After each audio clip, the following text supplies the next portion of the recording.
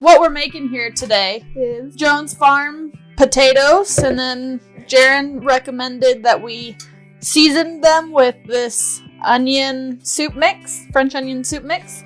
So we're gonna give that a shot. So these are fresh out of the ground, so they're nice and dirty. But that color comes out nice. All right, now we're gonna cut them up and toss them in some olive oil. Got nice purple colors. These potatoes come from Rob and Beth and Sarah and Michael Jones. We need a little bit of oil. And we'll just use a little bit of this because it's just a little bit of potatoes. So and we'll toss. Jones Farms is organic and in Hooper, Colorado. Got kind of a shiny color, so to me that's probably enough oil. And the seasoning's on there.